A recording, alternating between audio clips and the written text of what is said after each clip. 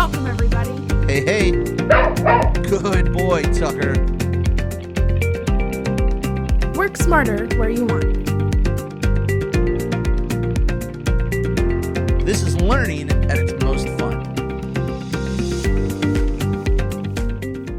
Hello, everybody. This is how to handle client death in Redtail CRM. Before we get started today, I wanted to show you where you can go ahead and follow along with the resources and information that will be provided today. So if you navigate up to the question mark icon in the top right-hand corner of your database, you can click on it and come to our Redtail Help Desk. Our Redtail Help Desk, of course, has plenty of great information about how to use Redtail CRM, but I want you to navigate to this search box here and specifically type in the terms client death. This will give you the how to handle client death. This is Redtail's recommended way of handling a client death in Redtail. And so I'm going to take you through each of these steps today. But if you want to follow along or have a written version of some of the things that we cover today, feel free to open up this article here on the Redtail Help Desk. And also you should know at the very bottom, there is a downloadable link where you can actually get a PDF version of the instructions and what we're going to cover today. So if you want a nice little printout for remembering how to handle client death, here is a printout available for you that takes us through each of the steps that we'll cover today. Okay, and so let's go ahead and start handling a client death. So many of you might be familiar with the 90s sitcom Home Improvement. Well, unfortunately today, Tim was working in the yard. He was looking to add some horsepower to his lawnmower, and things went tragically wrong, and Tim unfortunately passed away. And so now we need to go ahead and indicate that in our Redtail CRM and manage this. And so the first thing we're going to do is we're going to indicate that Tim is now deceased by changing his contact status. So under the contact details section here, we have his status currently listed as client. We're going to go ahead and change that to deceased. Now, if you haven't done so already, your first step is to go ahead and make a contact status. So that way you can customize this dropdown here to include the term deceased. Just a reminder on how to do that. You're going to go to your name in the top right-hand corner. Choose the Manage Your Account section. I'm going to open it up here in a new tab. And under the Manage Account section, you'll need to come down to the Manage Database List section. Now, keep in mind, you do have to be a database admin in order to do this. So if you don't see this option, your page ends right here. Well, you're going to have to ask your database admin to go ahead and add this in for you. So again, we're going to go to Manage Database Lists. We're going to find the list here on the right-hand side for contact and statuses. And then once we see our contact statuses, we can go ahead and add in a contact status for deceased. Okay. I already had one in there, so I'm going to go ahead and cancel. And once we see that we've added in that status, it will appear on this list, which will then again allow for us to choose it on this dropdown when we go to edit the contact details. So step number one in handling client death is to change the client's status to deceased. While you're here on this page, you can also fill out another important field for managing client death, and that is entering the date of death. So here under the date of death field, I can go ahead and click it. My calendar will appear and I can go ahead and choose the date of death. Now, I want you to notice something. When I click this date of death, you're going to notice something happens with this reminder here. Watch. We go ahead and choose the date of death, and this box here automatically becomes unchecked. The reason why is typically you don't celebrate the birthday for people who are deceased. And so Redtail automatically turns off that date of birth reminder. However, if you did want to still be reminded of Tim's birthday, even though he's passed, you can go ahead and continue getting those reminders by clicking that box there. Okay, so let's update the contact details now. And we will notice when we give our page a refresh, we also have a new item here on the contact page. And that is this red bar here that indicates that this contact is deceased. And it even provides us with the date of death. And so therefore, you don't need to be confused. Anytime you visit a record here, you will know that Tim is in fact deceased without having to scroll down and viewing that in the contact details section. Okay. Step number 2 with managing client death is you're typically going to want to make some changes to the client household. So here we can see that Tim is married to Jill, and here is their family. So if I click on their family name here, it's going to take me to their family.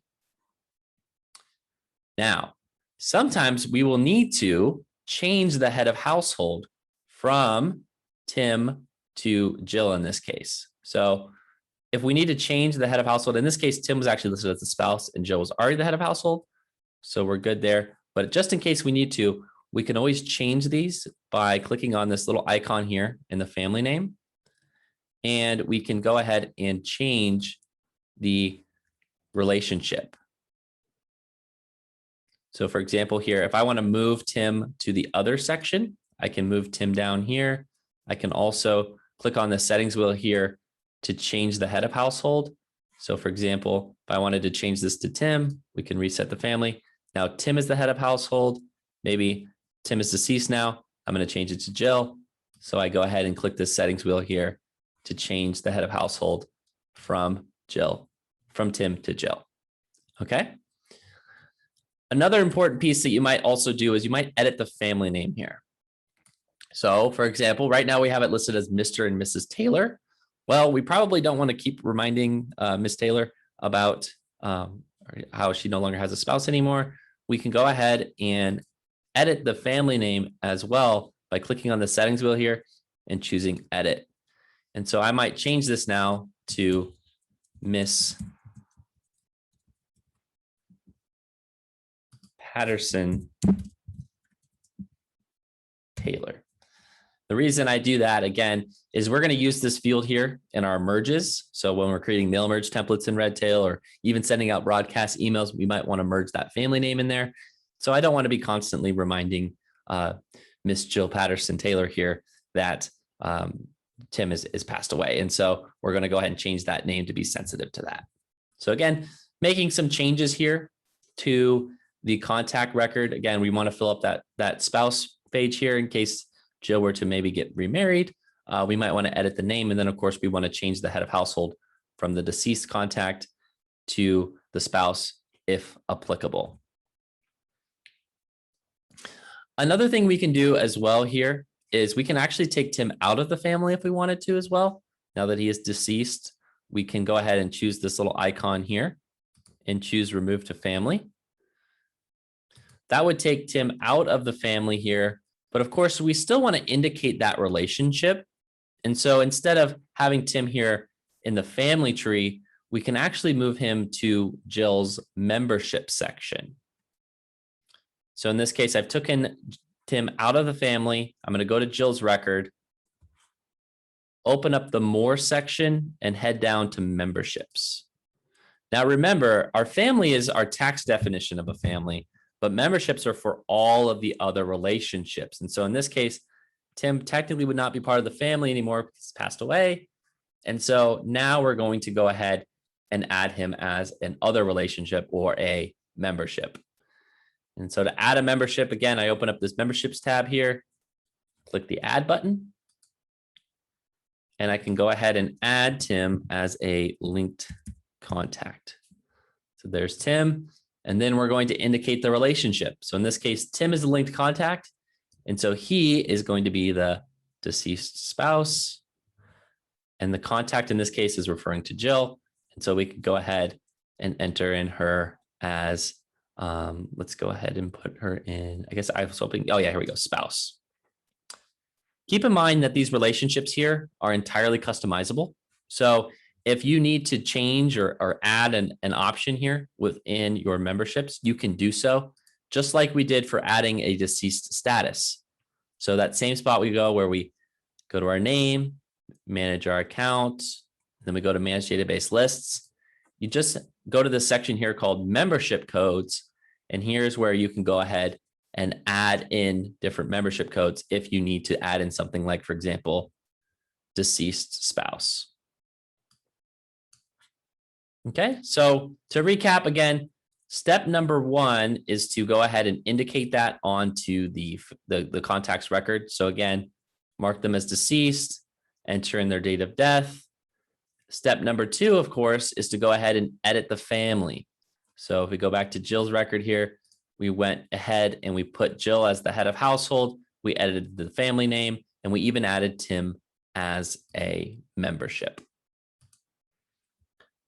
Okay, and that's going to take us into step number 3, which is editing the important pieces of data here on Tim's record and potentially migrating them over into Jill's record. Okay, so let's start first with the client review reminder.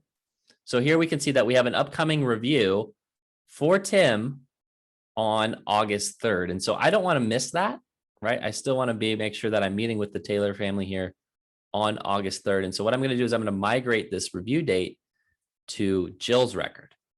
So here, if we go to the Know Your Client section, I'll be able to see, okay, we started the reviews on August 31st of 2020. We do it every 12 weeks on Tuesdays, and the next one's on August 3rd. So I'm going to repeat the same client review reminder here onto Jill's record. So I'll copy this date here. We're going to open up Jill's record, and we're going to head to her Know Your Client section and add the reminder here. Again, first review date, I'll go ahead and paste in the first review date for Tim. We're going to set this for a custom recurrence for every 12 weeks on Tuesday. And so that puts us right at that August 3rd date, which is perfect. And then what I can do is go ahead and remove that client review reminder from Tim's record, because we will be no longer meeting with Tim.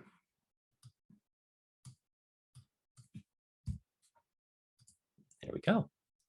So again, we've just taken the review off of Tim's record and added it over onto Jill's record.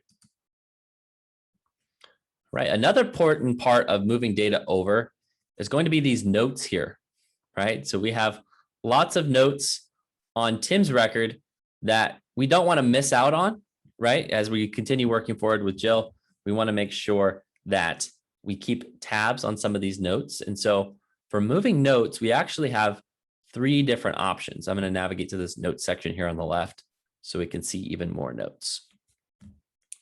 So what I'll do is I'm going to go through and I'm going to look for those important notes that I think should be transferred over from Tim's record over into Jill's.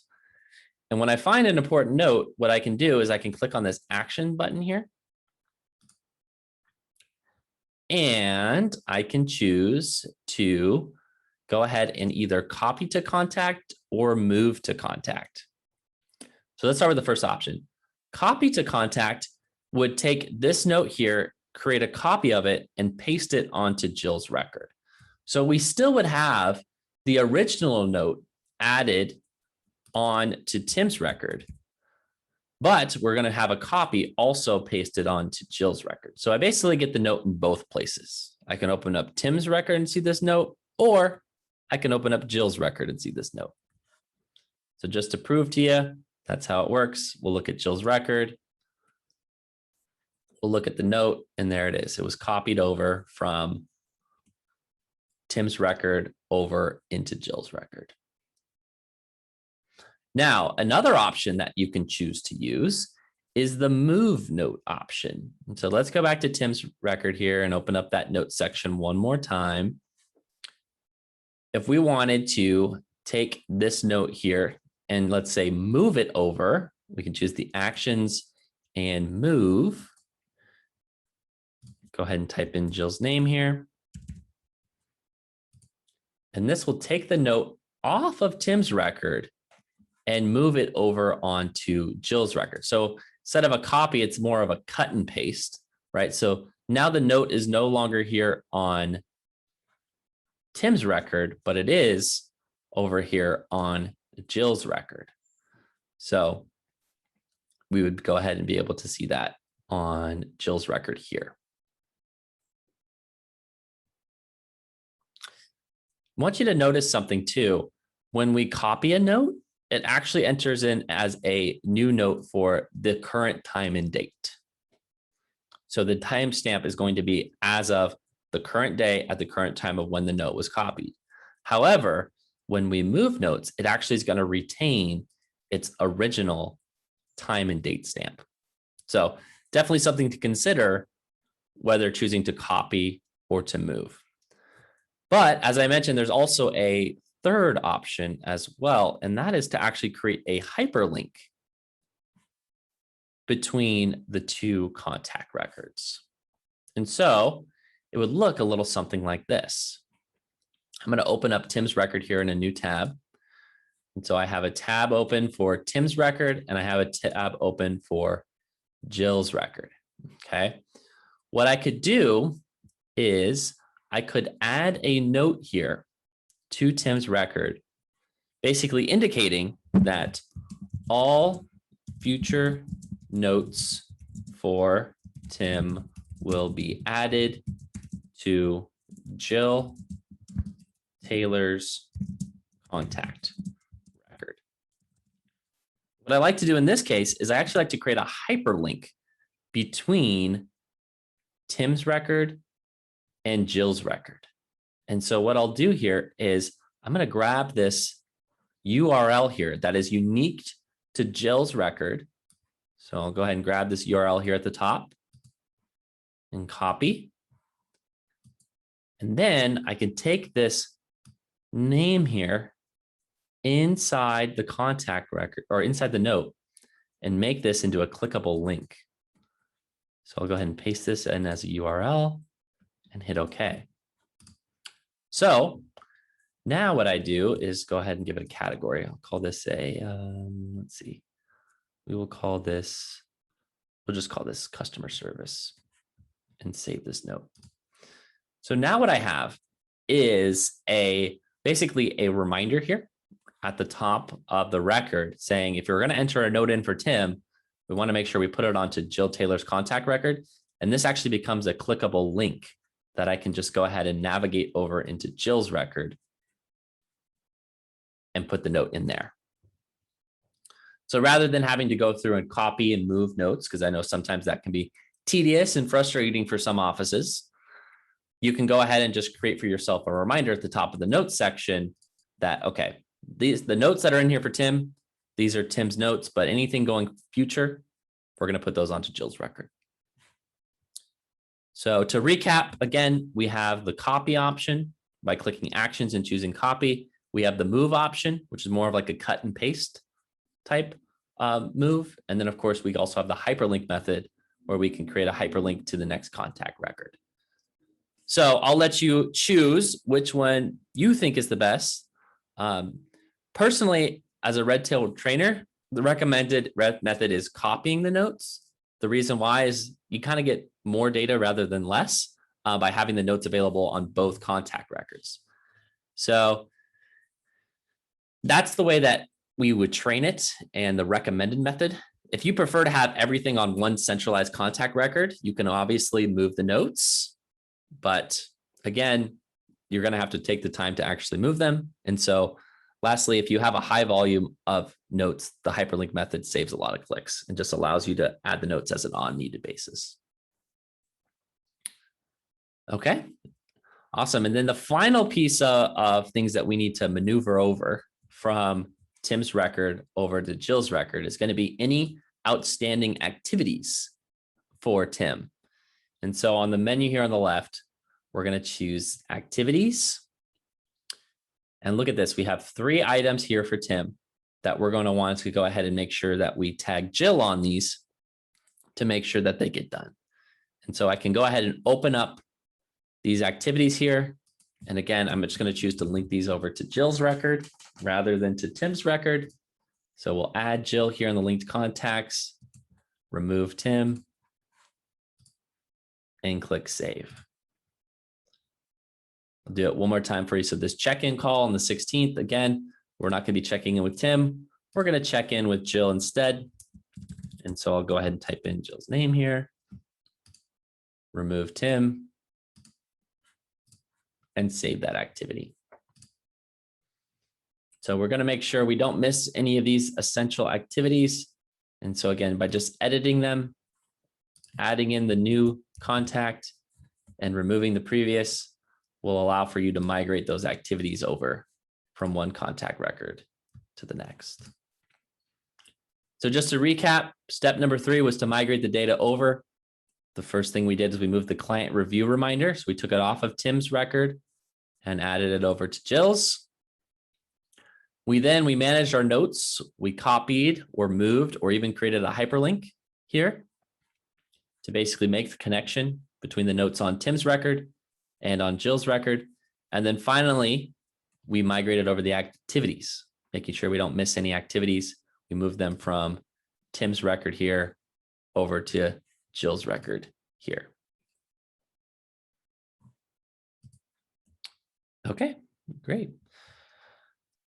All right, so moving along here, another really important process that I think is very essential in the client death process and managing that is to have some kind of workflow process in place. Death can be a very sensitive time for not only the client's family, but maybe also internally for your staff as well, particularly if they were close to the client.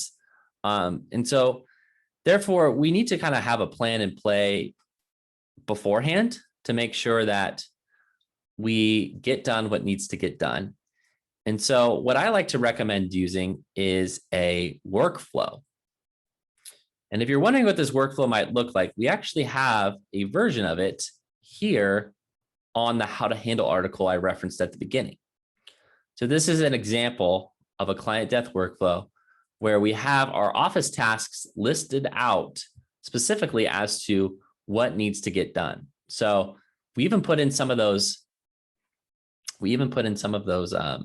tasks that we did during our session today, like moving the notes and moving the open activities and updating the family name, but also other tasks like acquiring the death certificate and sending condolences. I even also like to recommend with the client death workflow, doing something for that surviving spouse. We don't want to forget about them. So reaching out on some of these days, like for example, Valentine's Day or the surviving spouse's birthday or the deceased spouse's birthday, or even the previous marital anniversary, can be really good opportunities for you to connect with that spouse that lost their loved one and makes them just feel special on the day that they might be feeling a little more sad. Now, obviously, I probably wouldn't recommend doing all 4 of these at the same time because, well, that's kind of a constant reminder of their dead spouse. So maybe picking 1 or 2 might be a good idea. So just to recap what this workflow would look like, if you joined us back in April, we went through the workflow series where we talked about building workflows in process. But basically what I would do is with Tim here, when he passes away, I can click on this plus button here, choose workflows, and begin the client death workflow. And so again, I don't have to try to remember what are all the different things that I need to do when a client passes away. I already have a workflow in place that is going to direct my team on what needs to happen. And so here we go. Daisy and the client services team, they've all been alerted that they need to complete these tasks to help process this client passing away. Another thing you might also consider enhancing this workflow with is what's called an automation. So again, like I mentioned, death is an emotional time, and sometimes we might forget to do some of the things we would normally do in a clear state of mind. And so one thing that can help with this is to create an automation that automatically triggers when a client is changed to deceased. And so an example of that would be found under our name here in the top right corner. Manage your account and choosing an automation template. So again, if you're not familiar with automation templates, it might be wise to go back and watch our workflow series that we did last month that talked about enhancing the workflow process with automations. And so something like this would be valuable. Let's go ahead and just make one from scratch here. We'll call it the client death automation. And again, the idea is when a client's status is changed from active to deceased, begin client death workflow. Okay, and so what's the trigger event in this case? It's when we change the status from active to deceased.